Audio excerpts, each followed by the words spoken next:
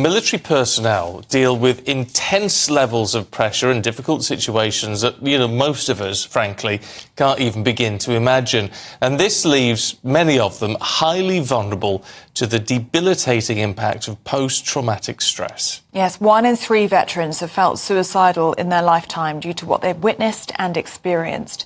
Charities are now calling for more veterans to seek help with their mental health. Well, Anna Riley has more for you, but just to warn you, this report does include some graphic descriptions of war. So here's a picture of me in 1999 in Bosnia doing weapon training. I was 32 years old.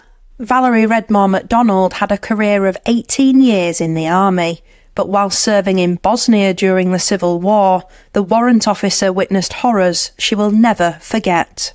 Just see a bland village with no art, no trees, no playgrounds, nothing. And then some of the horrific things that these people did to each other, burning each other alive, literally in their houses, chopping off children's fingers, and one guy made a necklace of them. Valerie was diagnosed with PTSD and still gets flashbacks. She's written poetry about her experiences to raise funds for the Royal British Legion. It's really important to get that diagnosis and to admit that, things aren't quite right for you, and then understand that it's normal for it not to be normal after what you've been through and what you've seen and witnessed.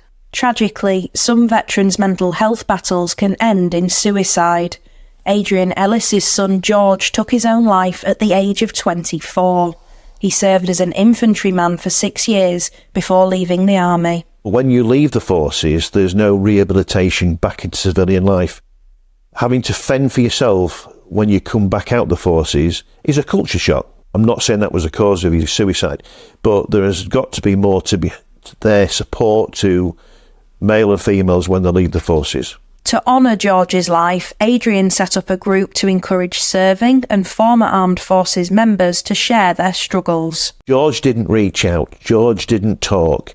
He paid the ultimate. His death can't be in vain. Suicide is such a taboo subject, and I wanted to make a difference. Since GAO's been formed, we know we've saved 5 veterans' lives. 99% of all suicides are preventable, but we've got to reach out and ask for that help. Hi, it's Heidi.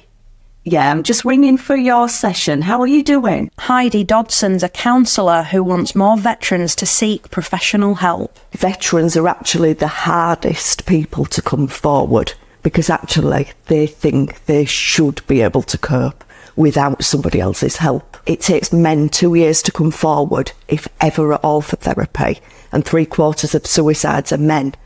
So I'm passionate about changing that. The atrocities witnessed never leave those who have served, but the hope here is for veterans not to suffer in silence. Anna Riley, GB News. Well, let's talk to Dr. Felix Davies, who's Director of Operations at the charity Combat Stress. Good to see you this morning, Felix. I guess part of the reality here is for servicemen and women or veterans to come forward to say we need help requires us, actually, doesn't it, to have more understanding as to what these people actually go through when they're serving. Absolutely. And what we have to remember is that every individual needs to be treated in their own right, because mental health problems can affect people in different ways.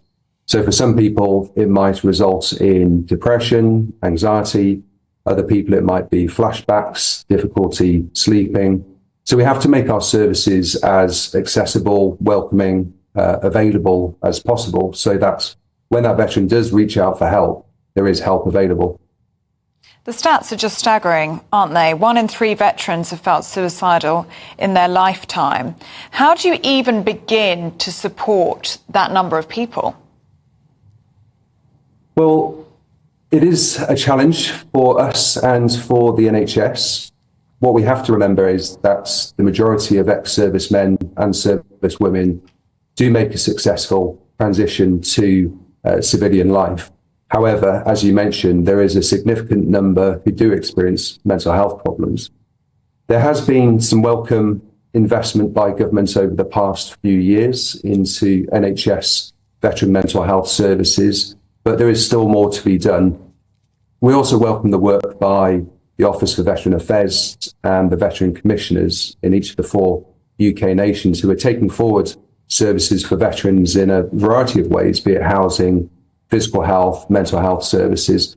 But there is more to be done. And for example, at Combat Stress, we are 74% reliant on donations. So we are continually needing to raise awareness of what we do and the fact that we provide specific clinical services that are unique. So, for example, we provide intensive clinical treatments that for some veterans is necessary for their recovery compared to standard treatment of maybe 1 hour per week or 1 hour per fortnight. So it's really important to have a range of choice for veterans, as some prefer to be seen by the NHS and some prefer to be seen by military charities such as Combat Stress. Well, there's a lot of support out there. People just need to be able to take that first step to get it and know they've got our support if they do need that help as well. Felix Davies from Combat Stress, good to see you this morning. Thank you.